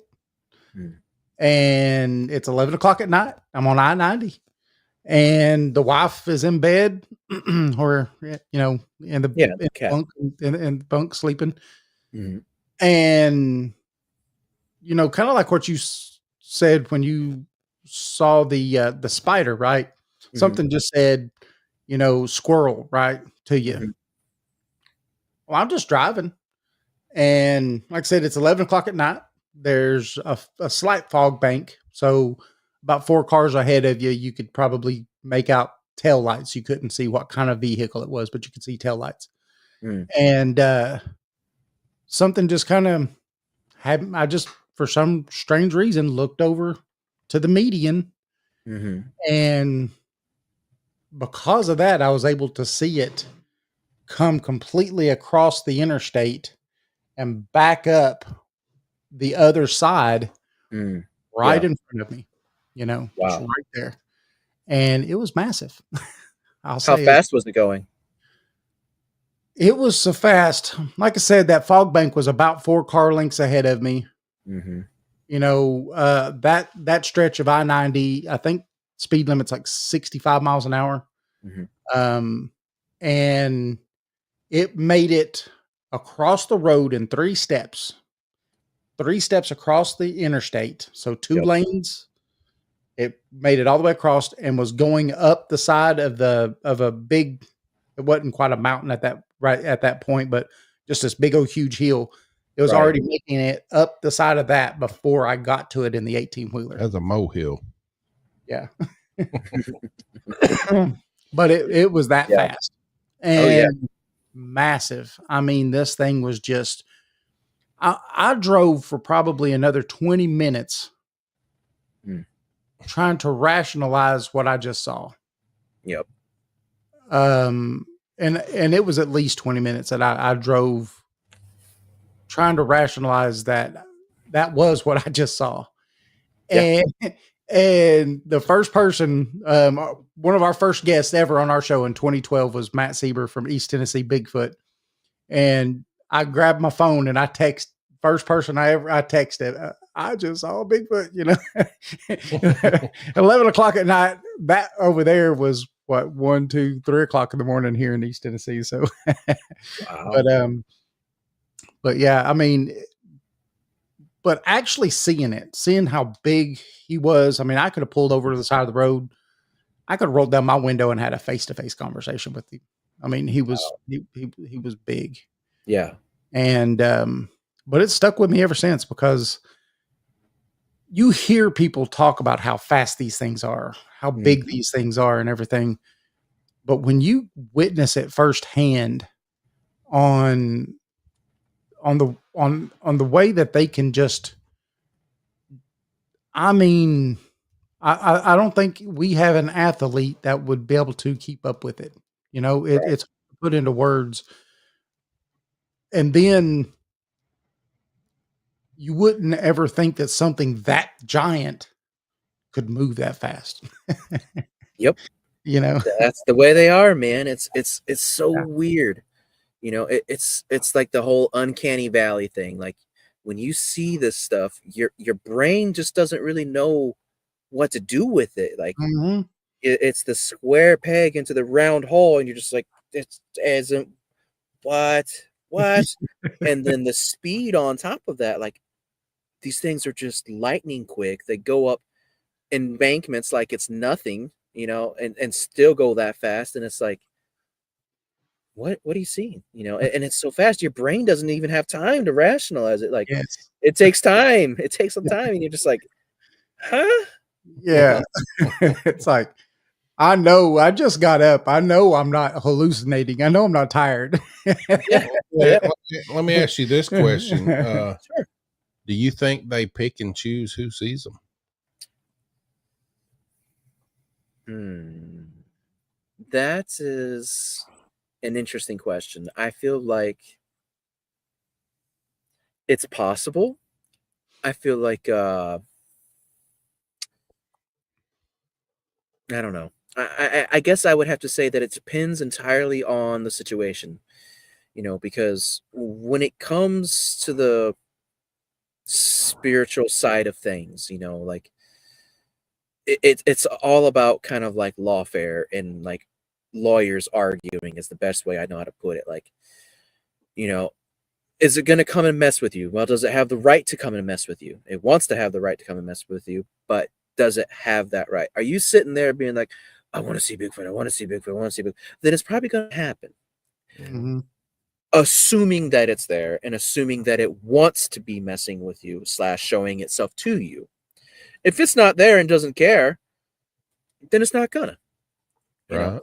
that's my thought in like a general sense. But I could also say that, you know, they're also gonna be here and in the locations that they're at for a reason.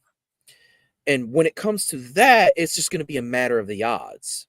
Mhm. You know, like, okay, so they're there, they're hanging out, they're reproducing because the chimera that's talked about in the book of Revelations for the end time that wipes out a third of the entire population of the world isn't just going to breed itself. So they got to be there, they got to be here, they got to be doing something and reproducing out somewhere. Where are they going to do it? You know, there's a little bit of a logistical problem there. So we look at things like, what's the president? The Truman Doctrine or whatever, a treaty, like Mhm. where he signed all the stuff with the aliens and making Aliens. Yeah. right, and like they're able to do all the stuff within the state parks. Mhm. Then we think about missing 411, all these things that happen in the state parks, Yep. and it's like the odds are telling me just looking at that, if that is real, they have legal dominion and right to be there. So if they are there within the physical realm and they, for some odd reason, have a wild hair up their butt to come in and check you out, then they're going to check you out. Or you can up the odds by making them interested in being like, dadgummit, those humans over there sure are loud or making a lot of noise. I'm going to go check that out. Right. Why is Yeah. he beating on that tree with that stick? Yeah. Yeah. So I mean, it's kind of a either or. Like multiple different routes and avenues are possible, and it just depends on the circumstances of the time. That's the best way I know to put it. Right. Yeah, that's a good answer. So I know I mean, if you call chasing squirrels a good answer, then yes. Thank you. squirrel. So, Um you know, the one that has been harder for me to think about until recently that I've really started kind of diving more into it mhm. is Dogman. Mm. Yeah. Because that one for me was like, okay, you know, at least when you get with Bigfoot, you could say, okay, well, if it is real, right? I mean, if it's real and it's here, you Mhm. could probably trace it back through ancestry somewhere Right. down the human line, right? Somewhere. Yeah. It's a branch somewhere. But dogs, you know, there's no line that's ever been found of dogs upright and walking ever, not even in prehistoric times or since. Right. And so that was the one thing that was harder for me to wrap my mind around. And I mean, what about you? Where are you at on that? I'm on board with what you just said. I'm picking up what you're putting down, brother. I mean, you know, when you see Bigfoot, it's human esque enough for your brain to be like, oh, crazy, but I kind of get it. Yeah. Then you see the dog man, and it's just like square peg, round hole. No, it's not going, Yeah. you know. And so, dog man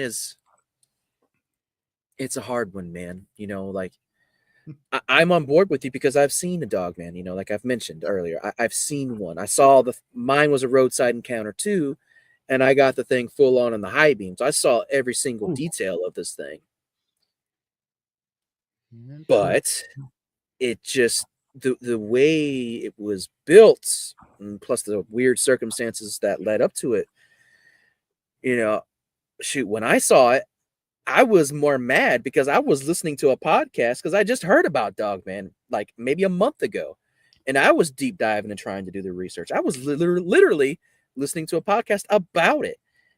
And then I see one on the side of the road. And I'm just like, what is my life right now? I'm yelling at this thing like, what are you doing? How? I listened to you. How? Yeah. I'm like, I'm slowing down on the highway as I'm looking at this thing. I'm probably doing 20 or 30 by the time I pass it. And then I realize, oh crap, that's Dogman, go. And I run. Go. Like, it took time for my brain to catch up and realize, hey, dummy, you don't want that thing chasing you. Dinner bell. Go. Yeah. So, no, I'm with you, man. Dogman's weird. And, do you want me to tell my Dogman story? Do we got time? Okay. Yes. Yeah, we got time. All right. So, let's see if I can make this quick. Formulate thoughts and okay. All right. So, I had just found out about Dogman, and I was wanting to learn all I could, because when I first heard it, I was like, oh, this is way more interesting than Sasquatch. Tell me more. Tell me more. And I'm listening all across the board to everything I can find on it. And at night, at the very last break of our night at work, we all of a sudden start having this giant wolf dog show up to our break to hang out with us. Mm. And it is for sure, like, for all intents and purposes, a wolf dog. I thought it was a husky until I met the owner and we talked to him. It's a real big dog. It apparently had broken off the chain of this kid that was riding around town that late at night with his apparent wolf dog on his bicycle, being a super edgelord or whatever. And and I should premise that by saying, like, this town is known for like a very large population of people that are involved with the occult. I work with a bunch of them too at this time, and I know they're into some weird stuff, and this kid's pretty edgy. So it's like, yeah, 1 and 1 equals 2 on this situation. Like, okay, weird stuff. But it turns out it's, according to him, this giant, what I think is a husky, is actually like 66% Arctic wolf and then something else. I can't remember if it was husky or Malamute or something, but wolf dog hybrid, whatever. So we're like, okay, and it keeps breaking off the chain and coming up to our work multiple times throughout the week. And, we just hang out, call the owner, because it apparently is wearing a collar with a tag on it. And we're just feeding it tater chips and beef jerky and hanging out. It's really big. Like, this thing is every bit of 150 pounds or more. Like, I mean, it's pretty solid. Wow. And it's a female too. It is a female. And the very last night that we saw it, I remember, and also, like, kind of mind you, like, this thing had nothing to do with me at all. Like, it didn't want to hang out with me. I didn't have no food. All I had was a cigar, and it didn't want the cigar. And the very last night that I saw it, I'm walking to my car, getting ready to leave for the night. And I'm listening to a podcast about Dogman. So I'm kind of on edge. All these stuff that I've experienced in my life has given me a special flavor of PTSD anyways.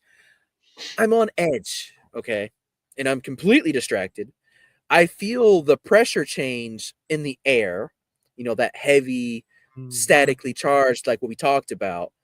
And then all of a sudden, I start hearing ever so faintly through my earbuds, the clickety-clackety of claws running on pavement.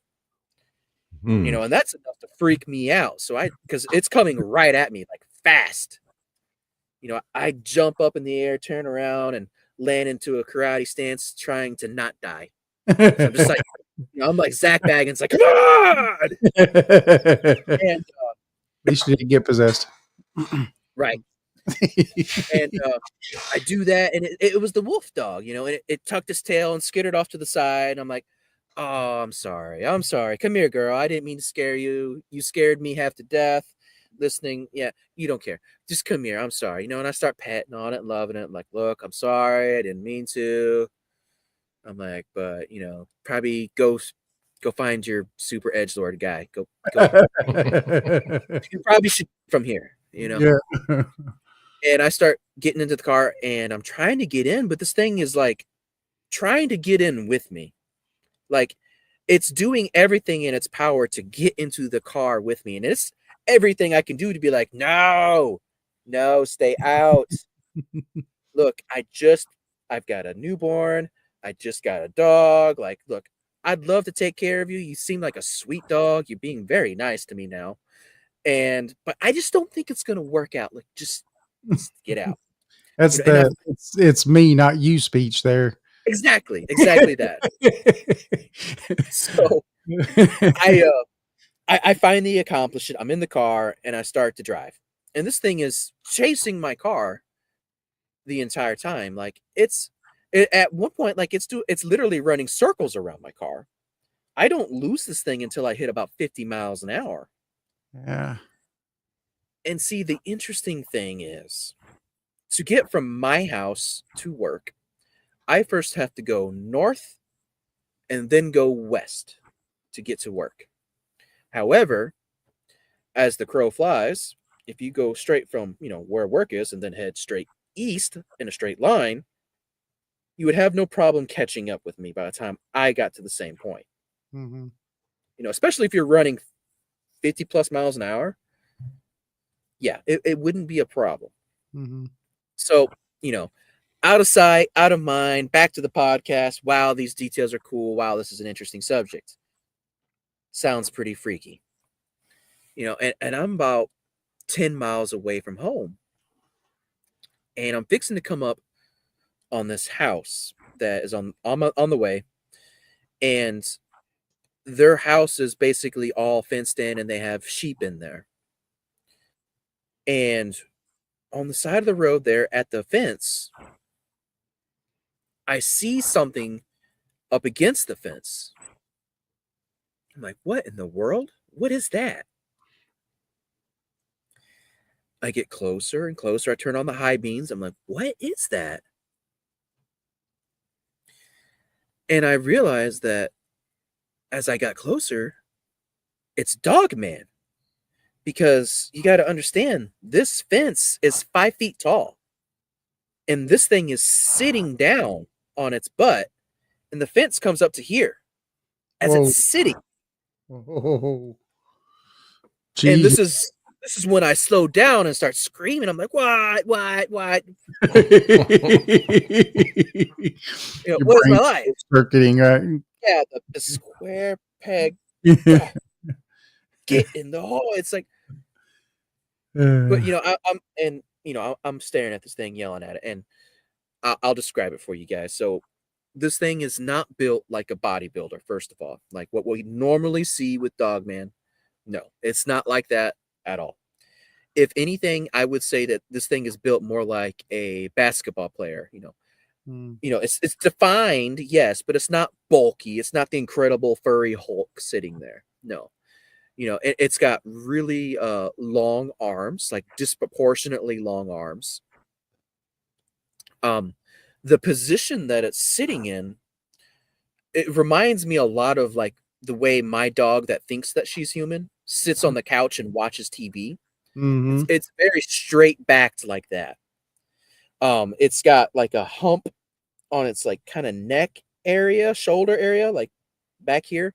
It's kind of got like a hump and it's kind of maned almost looking, not quite like a lion, but maybe more hyena-ish, I guess, maybe. And then its head is disproportionately large for its body. Granted, its body is already pretty dang big, but it looks like its head is just slightly too big for this body. And I remember it had a long snout. It was very kind of flat and wide looking, but yet I could count the wrinkles in its jowls. Hmm. And I remember the really striking thing to me about it, well, the second most striking thing, was its ears. Its ears were not perfect triangles pointed. No, they were the ears of a German shepherd. So that was strange. Everything else was wolf, but its ears are the only thing that's different. And I tell the story about the dog that happened before to say this is like after sense caught up with me and was like, drive, stupid. The coloration of the said dog man registered. It was like its entire fur was like a dirty, pea stained white is the best way I know how to describe it. Like dirty dog white. You know how it's almost kind of like faintly yellowish blondish. Mm-hmm. So it's like that on the majority of its body. It has a silver streak or stripe going down it, and then its full belly is all white. And then I realized, I was like, wait a second. That is the exact, to the T, same coloration as the wolf dog that tried to go home with me. No difference. It is exact. What just happened? You know what I mean? Wow. So we'll say if it was that dog and you let it in the car with you, you think that you may not be telling the story right now? I think that's a good possibility. I look at some of the literature that is within the occult and the way that they describe and talk about werewolves. Mm-hmm.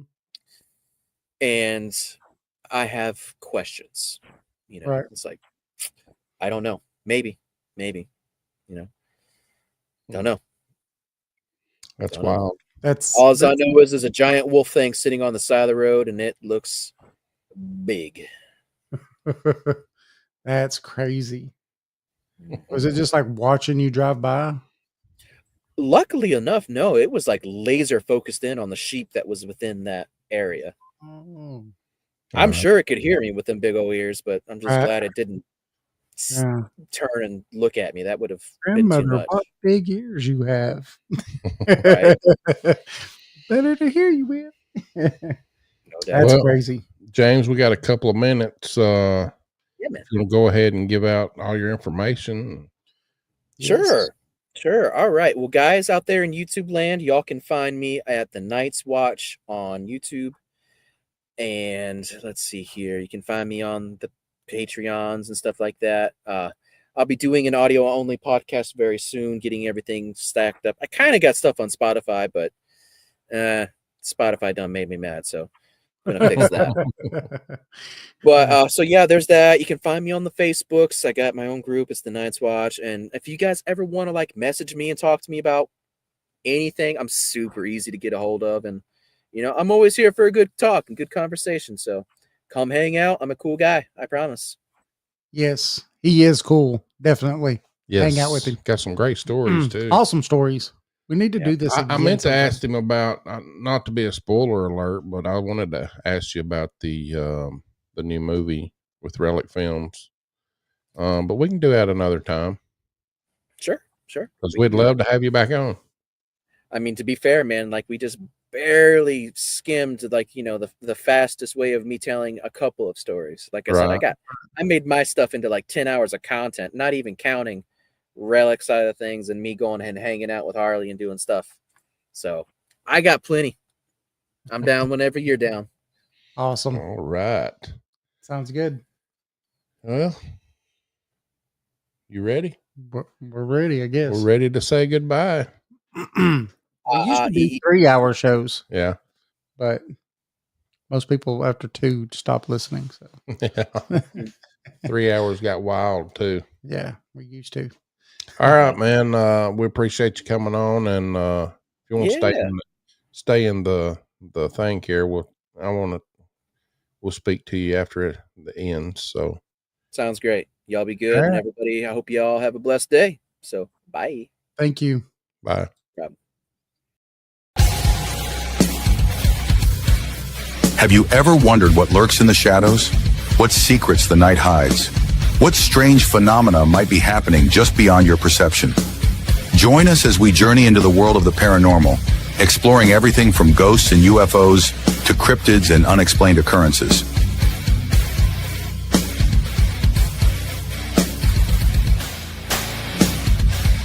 From haunted houses to all things paranormal, join us in the search for the truth behind the veil. Welcome to Paranormal 411.